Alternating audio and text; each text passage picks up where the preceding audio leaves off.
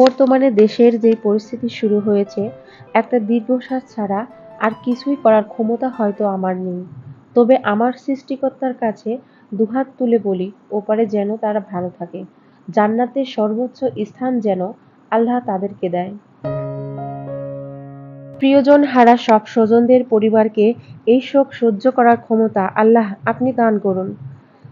যার যায় শুধু সেই জানে কতটুকু যায়। আল্লাহ আপনি ওইসব মায়েদের শোক সহ্য করবার ক্ষমতা দিন।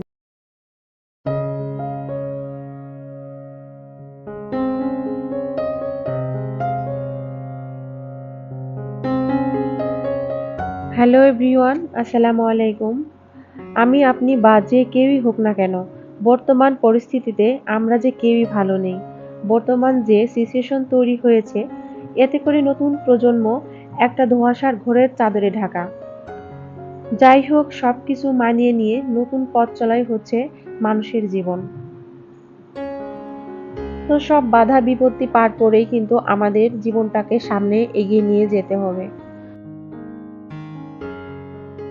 অনেকদিন ধরেই হচ্ছে ঠিকমতো ভিডিও দেওয়া হচ্ছে না, কারণ আমরা সবাই জানি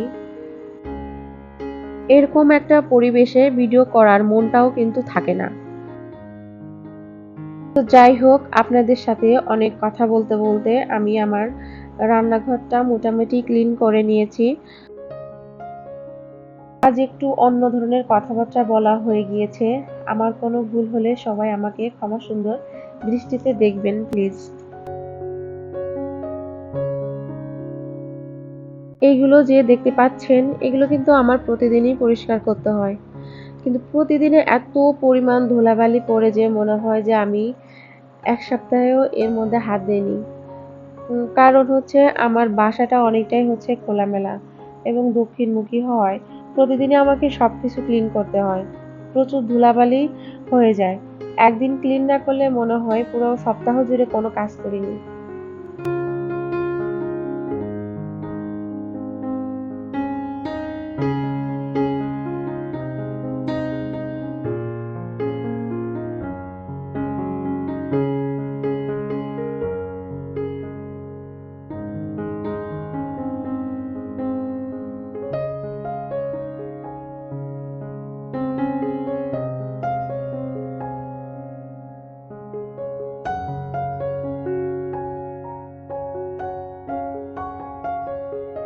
যাই হোক, সবার সাথে কথা বলতে বলতে আমার কাজগুলো মোটামুটি কিন্তু অনেকটাই পরিষ্কার করা হয়ে গিয়েছে।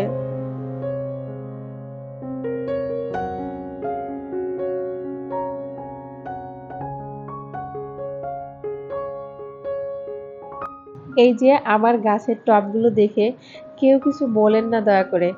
আসলে এগুলো ভেঙে যাবার পর ফেলতে ইচ্ছে করছিল না একদম। তো ভাবলাম তাহলে এগুলোর মধ্যে গাছ লাগিয়ে দেই। তো দেখতে একদম খারাপ লাগছে তাও কিন্তু না। আমার কাছে ভালোই লাগছে। আপনাদের কাছে কেমন লাগছে কমেন্ট করে জানাতে পারেন।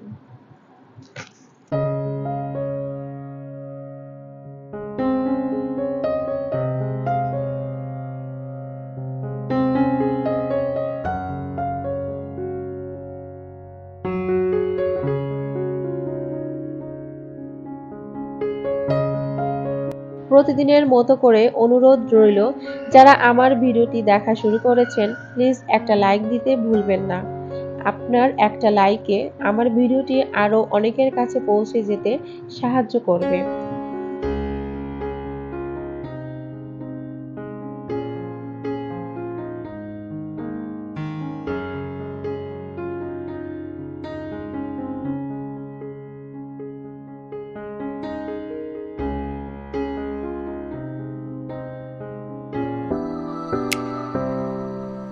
আজকে আর আমি আপনাদের সাথে রান্নাবান্না শেয়ার করব না।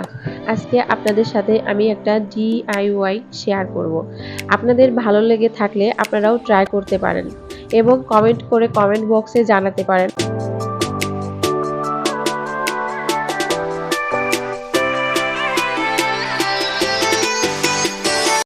আমি আজকে যে ডিআইওয়াইটা শেয়ার করছি একদম কম বাজেটে আপনিও করে নিতে পারবেন।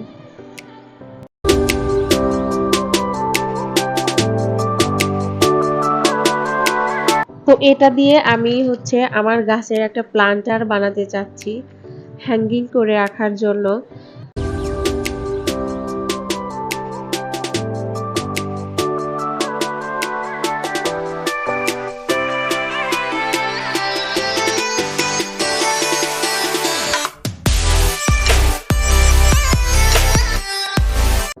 তো এই যে গ্লু মেশিনটা দেখতে পাচ্ছেন, এটা ব্যবহার করার সময় আপনারা খুব সাবধানের সাথে ব্যবহার করবেন, কারণ এটা অনেক গরম হয়, হাতে লেগে ছেঁকা খেতে পারেন।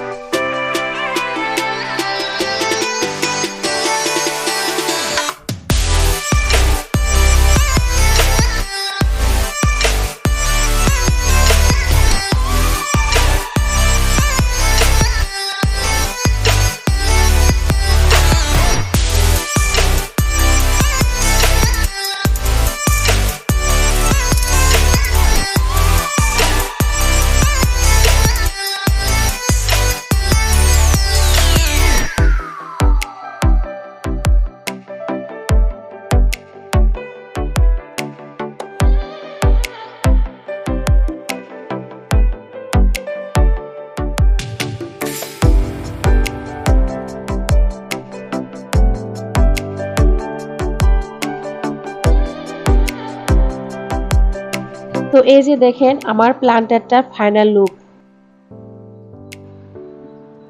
আর যে হ্যাঙ্গিংটা দেখতে পাচ্ছেন এটাও কিন্তু আমার DIY করা। তো কেমন হয়েছে কমেন্ট করে জানাতে একদম ভুলবেন না। সবাই ভালো থাকবেন, সুস্থ থাকবেন। আল্লাহ হাফেজ।